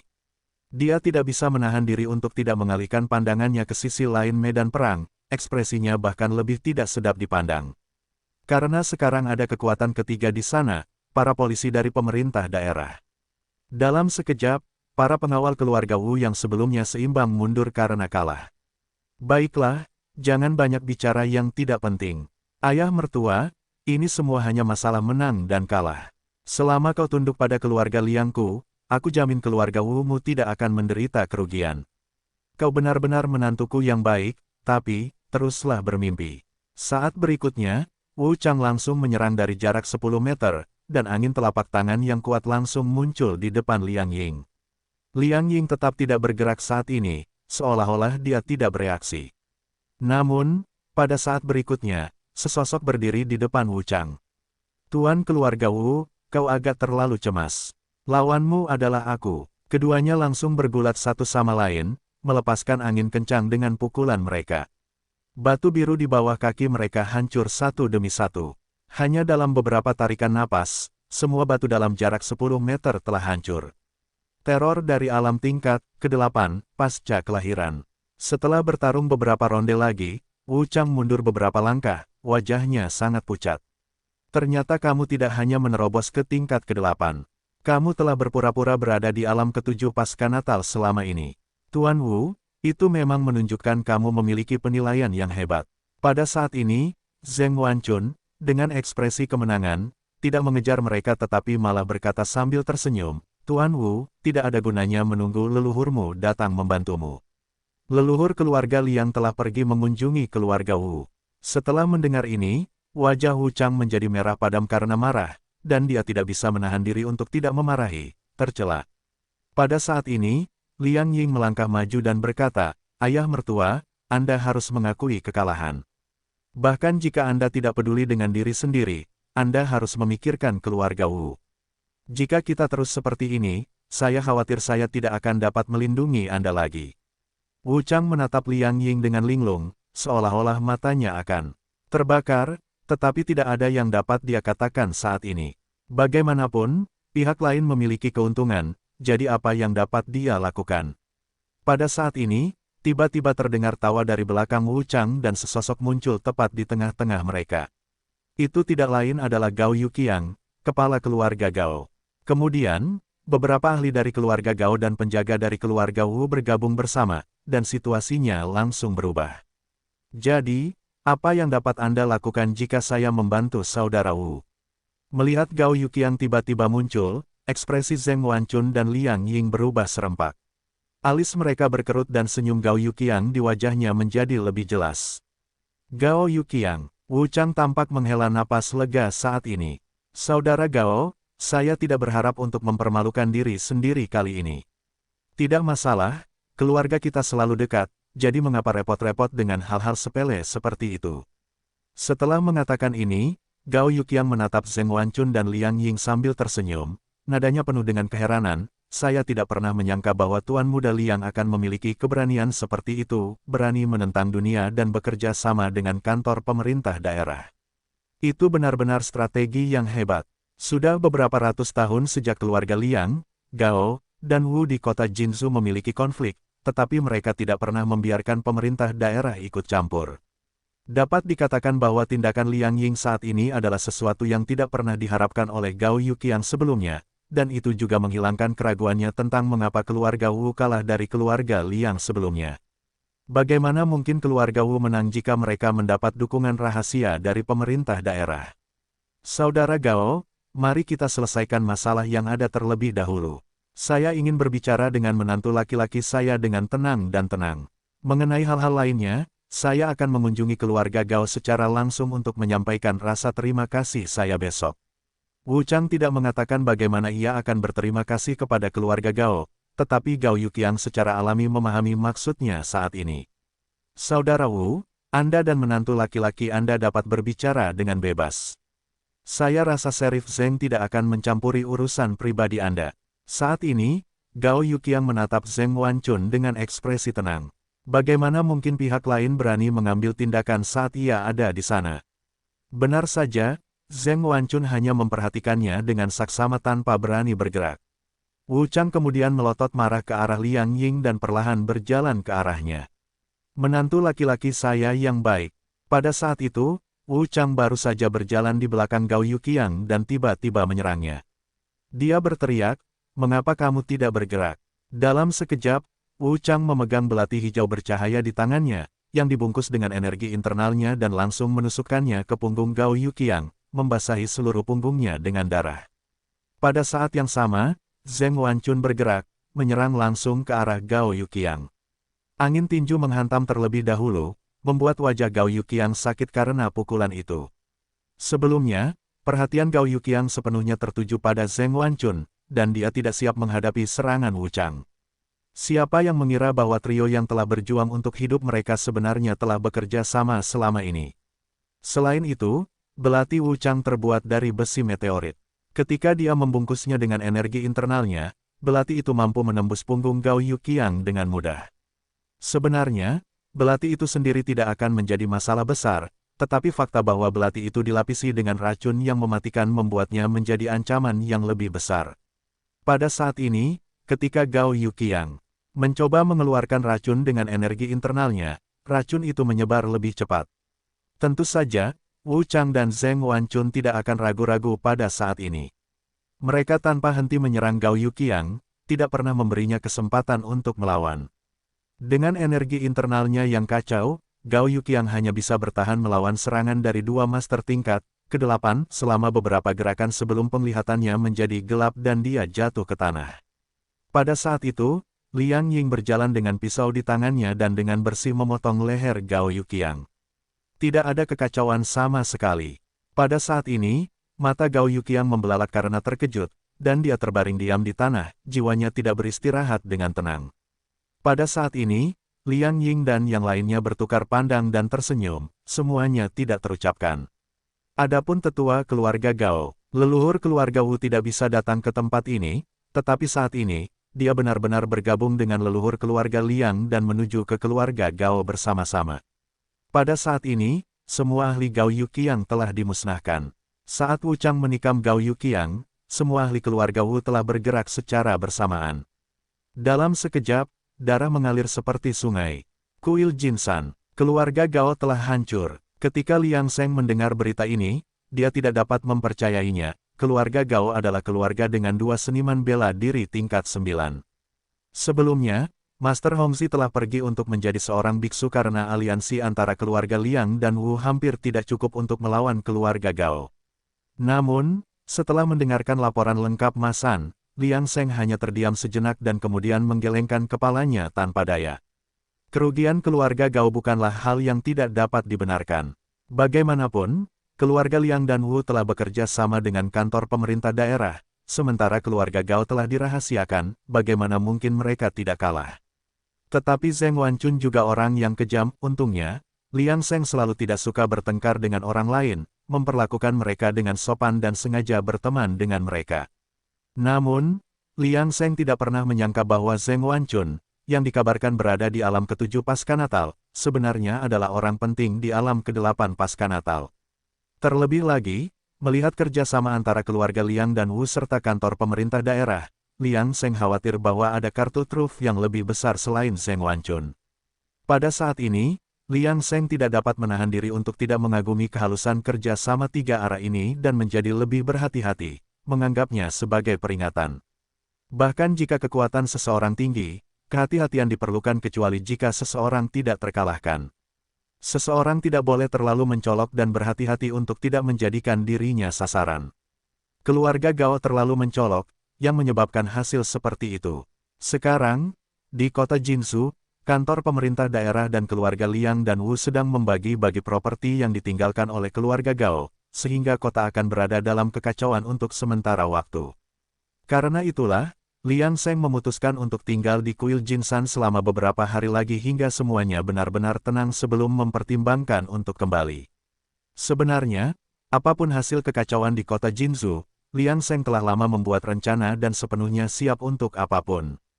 Jika keluarga Liang akhirnya dikalahkan, Liang Sheng akan pergi tanpa ragu-ragu, karena ia sudah memiliki cukup uang kertas untuk menjalani kehidupan yang bebas selama beberapa generasi. Akan tetapi, hasil saat ini bahkan lebih baik bagi Liang Seng, karena semakin kuat keluarga Liang, semakin nyaman hidupnya. Hari-hari berlalu, dan Masan membawa kabar baik. Kota Jinzhou sekarang benar-benar tenang, dengan situasi yang benar-benar stabil. Meskipun begitu, Liang Seng memaksa dirinya untuk tinggal sehari lagi sebelum berpamitan dan bersiap untuk kembali ke kota Jinzhou. Kuil Jinsan tidak berusaha menghentikannya, Master Hongxi tetap menjadi kenalan lamanya dan secara pribadi mengantarnya pergi. Master Hongxi, ketika Anda punya waktu untuk mengunjungi kota, Anda harus datang menemui saya. Tentu saja, jika saya mendapat masalah di masa mendatang, saya mungkin harus mengganggu kuil Anda lagi. Hongxi menangkupkan kedua tangannya sebagai tanggapan, tertawa dan berkata, orang awam, silakan datang kapanpun Anda mau. Pintu-pintu kuil Jinsan akan selalu terbuka untuk Anda. Kemudian, Liang Seng masuk ke kereta kuda, sementara Masan mengusir kuda-kuda itu. Liang Seng kembali melihat ke arah kuil Jinsan dari dalam kereta. Di masa mendatang, kecuali benar-benar diperlukan, dia tidak akan datang ke sini lagi. Bagaimanapun, kuil Jinsan bukanlah tempat yang baik hati, jadi sebaiknya berhati-hati. Kota Jinzhou. Dalam beberapa hari terakhir, bisnis gedung Sengde bahkan lebih baik daripada sebelum kekacauan, dan pemiliknya, Duan Tua, tersenyum lebar. Dividen tahun ini mungkin lebih besar daripada tahun-tahun sebelumnya. Dengan hancurnya keluarga Gao, keluarga Liang dan Wu serta kantor pemerintah daerah menjadi kaya dan makmur. Akibatnya, bisnis di gedung Sengde menghadapi lebih sedikit persaingan, dan omset mereka meningkat 2 kali lipat dari sebelumnya. Inilah keuntungan memiliki kekuatan yang besar. Selama mereka tidak membuat masalah, mereka bisa menghasilkan uang hanya dengan berbaring, tanpa perlu berjuang. Hari ini, Liang Seng akhirnya muncul di bar. Dia langsung menuju gedung Yichun untuk menikmati musik dan hiburan di rumah bordil begitu dia memasuki kota malam itu. Senyum Nyonya Chun tidak pernah hilang dari wajahnya beberapa hari terakhir ini. Liang Seng telah menahan diri untuk beberapa lama, bahkan memanggil 2 gadis untuk buang air pada malam pertama. Pada hari-hari berikutnya, Liang Seng menghabiskan beberapa malam di gedung Yichun sambil memastikan bahwa dia menyelesaikan kultivasinya. Akhirnya, setelah semalam penuh gairah, Liang Seng menguap dan muncul di bar pada pagi harinya, beristirahat sebentar di meja kasir. Pada saat ini, dia mendengar suara pelayan, buru-buru membuka matanya dan melihat Zheng Wanchun memasuki pintu. Sheriff Zheng, lama tidak bertemu, apa kabar akhir-akhir ini? Saat Liang Seng menyambutnya dengan kendi anggur yang enak dan beberapa lauk yang dibawa oleh pelayan lain, Zheng Wanchun duduk tanpa kemunafikan dan menepuk bahu Liang Seng. Dasar bocah, kenapa kamu tidak punya bakat bela diri? Zheng tidak lagi berpura-pura, sebagai seorang master di level ke-8, pasca Natal, dia dianggap sebagai orang penting di kota Jinzhou. Berita tentang pertempuran malam itu telah menyebar di antara orang-orang, meskipun ada beberapa detail yang tidak masuk akal, sebagian besar akurat. Namun, meskipun demikian, Liang Seng masih memperlakukan dirinya sendiri dengan hangat seperti sebelumnya, tanpa sanjungan apapun. Liang Seng tertawa santai saat ini, Anda adalah tamu saya di kedai minuman, dan tentu saja, saya harus memperlakukan Anda dengan baik. Mengenai jalur seni bela diri, saya sudah melepaskannya. Karena saya tidak memiliki keinginan, tentu saja saya dapat melihat segala sesuatunya dengan lebih jelas dan tidak terlalu munafik. Bagus sekali, tidak ada keinginan, tidak ada kebohongan. Saat ini, Liang Seng telah menuangkan anggur untuk Zheng Wanchun, yang bahkan lebih terkesan dengan Liang Seng dan mengangkat gelasnya. Setelah itu, Zheng Wanchun dan Liang Seng semakin terlibat dalam percakapan, dan jika bukan karena seorang polisi datang untuk melaporkan bahwa penguasa daerah sedang mencarinya, dia mungkin akan terus berbicara dengan Liang Seng. Kita akhiri saja hari ini, dan lain kali kita akan pergi minum dan tidak kembali sampai kita mabuk. Setelah berpamitan dengan Zheng Wanchun, Liang Seng tinggal di bar sampai malam, kembali ke rumah, dan tidak berencana untuk pergi ke gedung Yichun hari ini. Setelah berlatih semua teknik, dia memiliki firasat samar bahwa 9 metode kultivasi kesehatan lainnya akan segera mencapai terobosan. Tentu saja, dia agak menantikannya. Ketika 9 teknik ini menembus lapisan ke-10 yang belum pernah terjadi sebelumnya, siapa yang tahu berapa banyak umur yang akan ditambahkan padanya. Karena alasan ini, Liang Seng tidak keluar selama beberapa hari ke depan. Pada malam ini, dia mandi dan berganti pakaian, menunggu suasana hatinya berangsur-angsur tenang sebelum memulai kultivasinya. Hari ini adalah hari terobosan. Ketika Liang Seng membuka matanya, ada tawa di matanya, dan dia tidak menyangka bahwa perolehan kali ini akan jauh lebih besar dari yang dia bayangkan. Dia tidak hanya menerobos 9 tingkat metode kultivasi kesehatan yang tersisa ke tingkat ke-10 yang belum pernah terjadi sebelumnya, tetapi peningkatan drastis dalam umurnya secara langsung menambahkan 180 tahun. Jika Liang Seng tidak melakukan apapun di masa depan, dia sendiri dapat hidup lebih lama dari hampir 4 seniman bela diri 9 lapis pasca Natal. Jika dia bersedia hidup, satu orang dapat membangun keluarga bangsawan. Namun, Liang Seng tidak akan terlalu memikirkannya, dia sangat gembira. Bukan hanya karena rentang hidup yang meroket tetapi juga karena perubahan kualitatif dalam energi internalnya yang disebabkan oleh metode kultivasi kesehatan ini memungkinkannya untuk berhasil menerobos ke alam ke-7 pasca Natal. Pada saat ini, panel atribut Liang Seng telah berubah sepenuhnya. Nama, Liang Seng. Usia, 33. Bakat, kebodohan yang tidak bersalah kelas atas. Teknik naga emas lapisan ke-6 teknik umur panjang, lapisan ke-11 metode penyembuhan kesehatan lainnya, lapisan ke-10 segel Raja Ming yang tidak bergerak lapisan pertama. Alam prajurit tingkat ke-7, 1% setelah lahir. Dengan kata lain, Liang Seng, yang disebut-sebut sebagai sampah dari keluarga Liang, telah memasuki alam prajurit tingkat tinggi dalam semalam. Kota Jinzhou, sudah 3 tahun sejak jatuhnya keluarga Gao, dan kehidupan orang-orang di kota Jinzhou tidak banyak berubah. Kadang-kadang, beberapa orang tua akan mengingat keluarga Gao yang dulu tinggi dan berkuasa di kota Jinzhou ketika mereka merasa nostalgia. Liang Seng berjalan keluar dari halaman dan melihat jimat persik tergantung di kedua sisi jalan, suara petasan yang dinyalakan oleh anak-anak dari waktu ke waktu, dan tawa mereka. Liang Seng tidak bisa menahan perasaan sedikit linglung, menyadari bahwa sudah waktunya untuk pertemuan keluarga festival musim semi lainnya. Tuan, pada saat ini, Masan telah menyiapkan kereta kuda dan berdiri dengan hormat, membantu Liang Seng naik. Tanpa disadari, punggung Masan telah membungkuk sedikit lebih banyak. Hanya dalam 3 tahun yang singkat, Masan telah berubah begitu banyak sehingga tampaknya seolah-olah usia tua telah datang kepadanya hanya dalam sekejap. Sementara itu, Liang Seng tanpa disadari telah mencapai usia 36 tahun dan telah berubah dari seorang guru muda menjadi guru yang disebut oleh Masan. Selama 3 tahun ini, kota Jinzhou sangat damai. Pemerintah daerah dan kedua keluarga Liang dan Wu hidup berdampingan dengan harmonis, bahkan lebih daripada saat keluarga Gao. 3 tahun lalu, Liang Seng mencapai alam seni bela diri tingkat tinggi dalam 1 malam, dan dalam 3 tahun terakhir, dia masih bekerja keras pada kultivasinya. Meskipun alamnya belum meningkat, tekniknya telah mengalami kemajuan. Nama, Liang Seng. Usia, 36. Bakat, kebodohan yang tidak bersalah kelas atas. Teknik naga emas lapisan ke-7 keterampilan umur panjang lapisan ke-11 metode kultivasi kesehatan lainnya, lapisan ke-11 segel Raja Ming yang tidak bergerak lapisan kedua PS, nanti, metode kultivasi kesehatan akan digabung menjadi satu dan terhindar dari pengulangan kata. Alam, lapisan ke-7 pasca Natal seniman bela diri, 25%. 3 tahun kemudian, segel Raja Ming yang tidak bergerak akhirnya berhasil menembus lapisan kedua, bahkan beberapa kali lebih lambat dari kecepatan kultivasi teknik naga emas. Seperti yang diharapkan, itu adalah penguasaan sekte Dharma di masa lalu, yang membutuhkan kesulitan yang lebih besar dalam kultivasi. Namun, manfaatnya juga jelas. Teknik naga emas mampu menembus lapisan ke-7 dalam waktu 3 tahun, sepenuhnya melampaui harapan Liang Seng. Meskipun jurus umur panjang belum menembus hingga lapisan ke-11, namun di bawah bimbingan metode kultivasi kesehatan tingkat tinggi lainnya, para pendatang baru telah melampauinya dan semuanya telah menembus hingga lapisan ke-11 bersama-sama, maju dengan kecepatan yang sama dengan jurus umur panjang, sehingga harapan hidup Liang Seng pun meningkat pesat. Sekarang, dengan rentang hidupnya saat ini yang mencapai 800 tahun, tampaknya terobosan berikutnya mungkin akan melampaui kura-kura pepatah.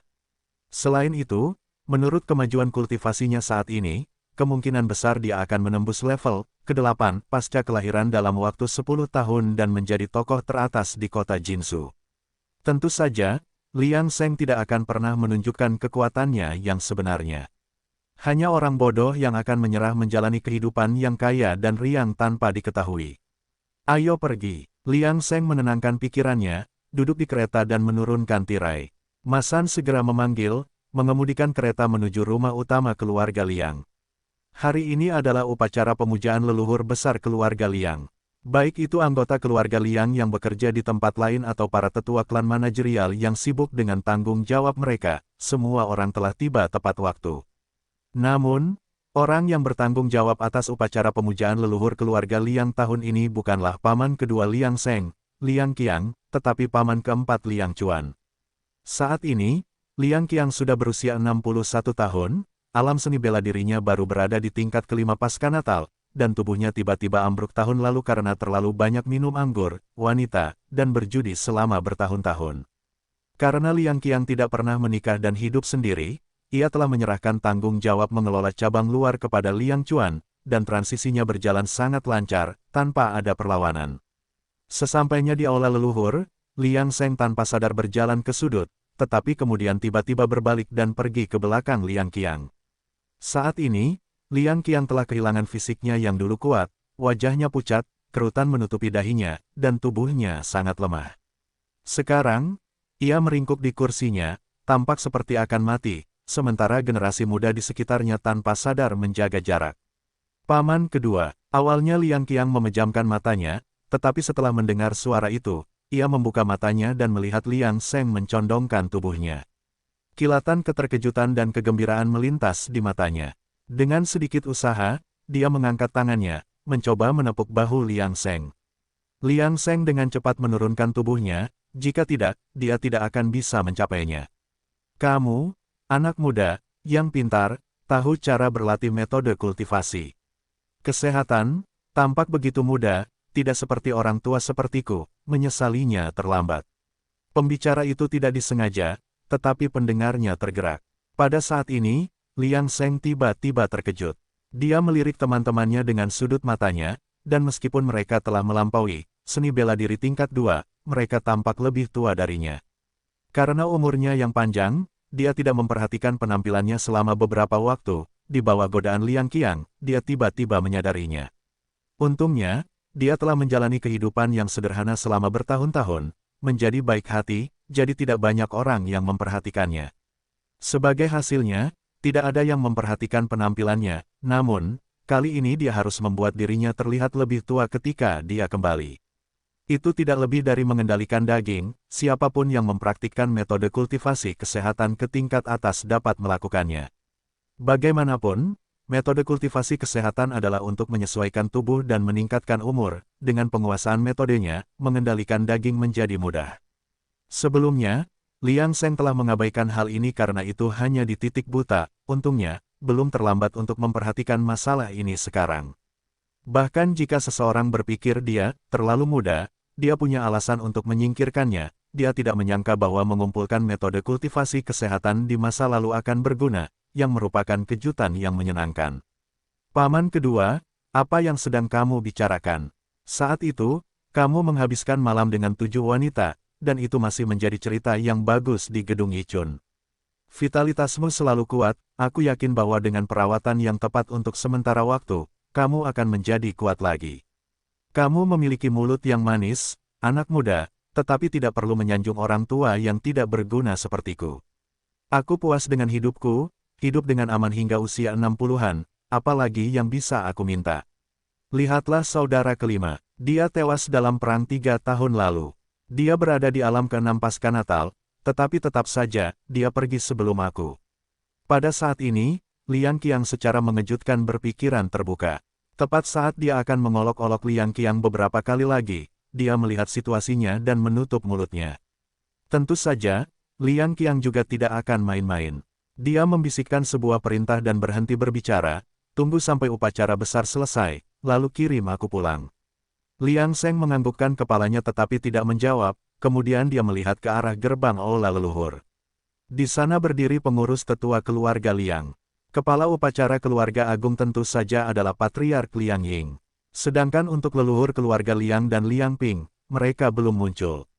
Liang Ying berdiri di panggung tinggi, tampak sangat mengesankan.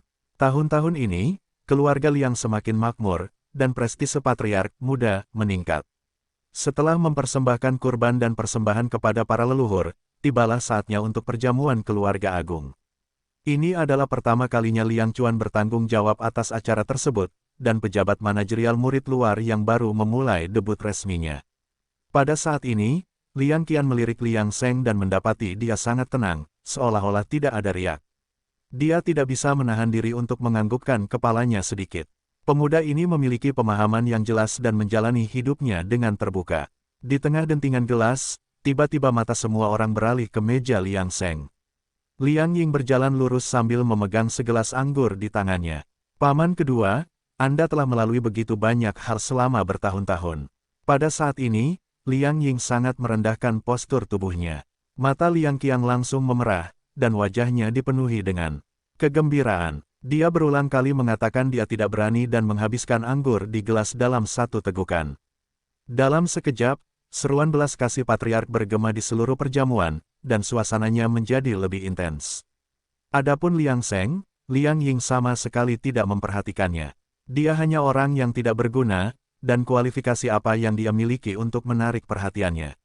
Setelah perjamuan selesai, Liang Sheng membantu Liang Qiang naik ke kereta kuda dan menuju ke rumah Liang Qiang.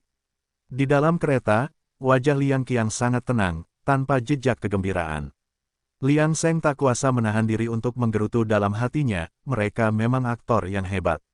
Kediaman Liang Qiang. Selama bertahun-tahun, meskipun Liang Sheng telah mengumpulkan banyak kekayaan, tempat tinggalnya tidak pernah berubah. Dibandingkan dengan orang biasa, rumah besarnya memang mewah, tetapi dibandingkan dengan kediaman Liang Qiang, tempat tinggalnya terasa agak tidak memadai. Paman kedua tidak pernah menikah sepanjang hidupnya, tinggal sendirian di rumah besar seperti itu, tidakkah dia pernah merasa semakin kesepian? Sulit untuk dipahami. Liang Sheng bergumam pada dirinya sendiri dalam hatinya, dan kemudian membantu Liang Qiang berjalan di belakang pelayannya. Mereka berjalan melewati 4 halaman sebelum akhirnya mencapai halaman belakang. Ketika Liang Qiang memasuki ruangan dan duduk, dia menarik napas sebelum menatap Liang Sheng dengan senyum di wajahnya. Baru saja, sepertinya kamu sangat menyukai rumah besarku. Mengapa kamu tidak memilikinya setelah aku pergi? Mendengar ini, Liang Sheng tentu tahu bahwa ekspresi terkejutnya diperhatikan oleh pihak lain, tetapi dia tidak malu. Sebaliknya, dia tertawa dan berkata, Paman kedua, rumahmu terlalu besar. Aku tidak seberuntung kamu untuk dapat mempertahankan Feng Shui di sini, jadi aku harus menolak kebaikanmu. Dasar bocah, kamu sama sekali tidak berubah, masih sangat berhati-hati. Setelah mendengar ini, Liang Qiang tidak bisa menahan tawa dan memarahi. Dia tentu tahu mengapa Liang Sheng menolak begitu langsung. Dia tidak marah, tetapi tidak bisa menahan diri untuk tidak mendesah lagi. Jika Liang Sheng memiliki bakat seni bela diri, tidak akan pasti siapa yang akan menjadi patriark keluarga Liang hari ini. Tetapi pikiran seperti itu hanyalah angan-angan, karena mereka dilahirkan dalam keluarga Liang, namun merupakan sampah seni bela diri. Baiklah, dasar licin kecil, aku tidak akan berputar-putar denganmu. Aku tidak tahu berapa lama lagi waktuku, dan ketika saatnya tiba, aku mungkin akan meninggalkan tumpukan air seni dan kotoran ini. Jika kamu tertarik, aku akan menyerahkan semuanya padamu. Setelah mendengar ini, Liang Sheng tidak setuju tetapi dengan tenang menjawab, Paman kedua, jika aku menerima barang-barangmu, apa saja syaratnya? Mendengar ini, Liang Qiang tidak bisa menahan diri untuk tidak mengangguk dalam hatinya. Dia memang tidak salah membaca Liang Sheng, dan semakin berhati-hati Liang Sheng saat ini, semakin tenang perasaannya. Karena memang begitu, maka aku akan terus terang. Meskipun aku belum pernah menikah dalam hidupku dan tetap terikat dengan dunia duniawi, ketika saatnya tiba, aku masih akan berutang. Ternyata beberapa tahun yang lalu, ketika kesehatan Liang Qiang belum sepenuhnya hancur, dan dia masih bisa dianggap kuat untuk usianya, dia bertemu dengan seorang janda yang membuatnya tersentuh.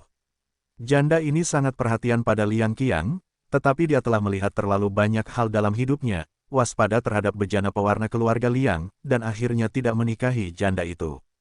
Dia selalu menjaga janda itu di kamar luarnya, dan beberapa tahun yang lalu, mereka memiliki seorang putri. Masalah ini dirahasiakan dengan sangat baik, dan tidak seorang pun mengetahuinya sampai sekarang. Paman kedua, Apakah maksudmu jika aku menerima hartamu? Syaratnya adalah aku membantu merawat ibu dan anak ini. Liang Qiang menggelengkan kepalanya setelah mendengar ini. Tidak, aku tidak akan sebingung pamanmu yang kedua. Kau pasti tidak akan setuju jika begitu. Lagi pula, kau dan aku sama saja, bagaimana mungkin kita meninggalkan masalah sebesar ini untuk diri kita sendiri? Namun justru karena ini, aku merasa lebih tenang mempercayakan masalah ini padamu. Aku sudah meninggalkan cukup uang untuk ibu dan anak itu agar mereka bisa hidup nyaman. Syaratku sangat sederhana, aku berharap jika mereka menghadapi masalah di masa depan, dan jika itu tidak membuatmu dalam posisi yang sulit, kau bisa membantu. Tentu saja, jika kau merasa itu berbahaya atau tidak pasti, tidak perlu mengambil risiko. Selama kau menyetujui ini, aku akan menyerahkan semua harta bendaku padamu. Tentu saja, saat itu, aku akan menukar semuanya menjadi uang perak dan tidak meninggalkan jejak. Jadi, apakah kau ingin melakukan transaksi ini? Liang Seng hanya berpikir sebentar, mendesah, lalu menggelengkan kepalanya. Melihat ini, mata Liang Qiang meredup. Ketika dia merasa agak kecewa, dia mendengar Liang Seng berkata, "Paman kedua, aku tidak akan mengambil barang-barangmu, tetapi jika itu dalam kemampuanku, aku akan membantu." Mendengar ini, Liang Qiang tiba-tiba mengangkat kepalanya, wajahnya penuh keheranan, sebelum akhirnya dia menunjukkan ekspresi lega. "Kalau begitu, paman kedua akan berterima kasih atas nama ibu dan anak itu." Setelah itu, Liang Qiang memberitahu Liang Seng seluruh situasi yang melibatkan ibu dan anak itu, tanpa permintaan lebih lanjut. Jadi, Liang Seng tinggal sebentar sebelum mengucapkan selamat tinggal dan pergi. Liang Qiang menatap sosoknya yang pergi, tanpa ekspresi, tidak yakin tentang apa yang sedang dipikirkannya saat itu. Akhirnya, dia mendengar Liang Qiang bergumam pada dirinya sendiri, "Kita benar-benar orang yang sama, tetapi kamu bahkan lebih kejam dariku. Mungkin itu yang terbaik. Kalau tidak, bagaimana mungkin kita, keluarga Liang yang terbuang, bisa bertahan begitu lama?" Sebulan kemudian, Liang Qiang meninggal dunia. Kematiannya tidak menimbulkan riak apapun. Setelah pengurus lamanya melaporkannya pada keluarga Liang pun mengurus pemakamannya. Keluarga Liang sangat antusias dengan hal itu, karena mereka tidak hanya mengatur pemakaman untuk cabang keluarga Liang tetapi juga menyelesaikan warisan Liang Qiang. Liang Seng tidak terlalu memperhatikan hal ini, tetapi di pemakaman, dia penasaran untuk melihat bahwa upacara pemakaman sedang dilakukan oleh para biksu dari kuil Jinsan.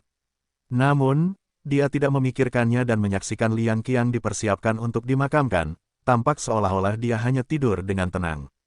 Hatinya tidak bisa menahan rasa getir. Lagi pula, dalam 16 tahun terakhir, satu-satunya orang di seluruh keluarga Liang yang peduli padanya mungkin adalah paman kedua. Malam itu, Liang Seng tidak pergi ke gedung Yichun untuk mendengarkan musik di rumah bordil.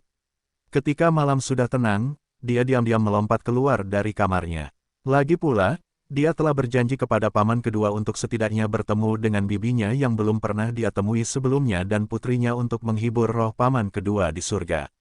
Dengan seni bela diri tingkat tinggi 7 alam pasca lahirnya, tidak ada patroli kota yang akan melihatnya di malam hari. Namun, dia masih berhati-hati di sepanjang jalan dan tiba di kota selatan dalam waktu singkat. Setelah menemukan arah, dia melompat ke atap menuju tujuannya. Pada saat ini, di dalam sebuah rumah tinggal biasa, ada seorang wanita berusia 20-an yang sedang membakar uang kertas di lorong. Wajahnya berlinang air mata, dan seorang gadis kecil tertidur lelap di ruang dalam. Liang Seng memperhatikan sejenak, memastikan tidak ada masalah, tidak dapat menahan diri untuk tidak mengagumi kasih sayang paman kedua yang masih ada dalam kehidupan ini. Namun, selera paman kedua terhadap wanita muda meninggalkan perasaan campur aduk dalam dirinya. Keduanya agak teliti, jadi di masa depan, selama itu hanya membutuhkan bantuan, dia akan mengulurkan tangan. Dia memikirkan kehidupan Liang Qiang yang tampaknya kaya dan terhormat tetapi pada akhirnya, itu agak tragis, membuat hatinya semakin bertekad untuk berkultivasi demi umur panjang. Tepat saat dia hendak kembali dengan tenang, telinganya tiba-tiba berkedut, dan dia segera berbaring rendah di atap. Saat berikutnya, seseorang yang mengenakan pakaian berjalan malam menyelinap ke kamar wanita itu. Liang Seng langsung menjadi tegang di atap. Apakah rahasia paman kedua tentang memelihara seorang simpanan terbongkar? Namun, pada saat berikutnya, Lian Seng tercengang oleh situasi di dalam ruangan dan hampir ingin menamparkan wajahnya sendiri. Itu adalah seorang pria, terlebih lagi seorang botak, yang menurut Lian Seng tidak asing. Setelah berpikir dengan hati-hati, dia teringat ketika dia pernah melihatnya. Bukankah ini salah satu biksu kuil Jinsan yang mengadakan upacara pemakaman paman kedua hari ini? Dan bibinya yang kedua yang murahan itu tiba-tiba berlutut di depan biksu itu, matanya penuh kekaguman, menyapanya dengan hormat, sementara matanya tampak lembut seperti mata air. Paman kedua, sepertinya kamu telah diselingkuhi. Yang lebih membuat Lian Seng marah adalah dirinya sendiri, mengapa dia berhati lembut dan mencampuri urusan orang lain. Jika bukan karena kebetulan ini, apa yang akan dia lakukan jika keterlibatannya terbongkar nanti? Ingat, jangan pernah bersikap baik hati lagi.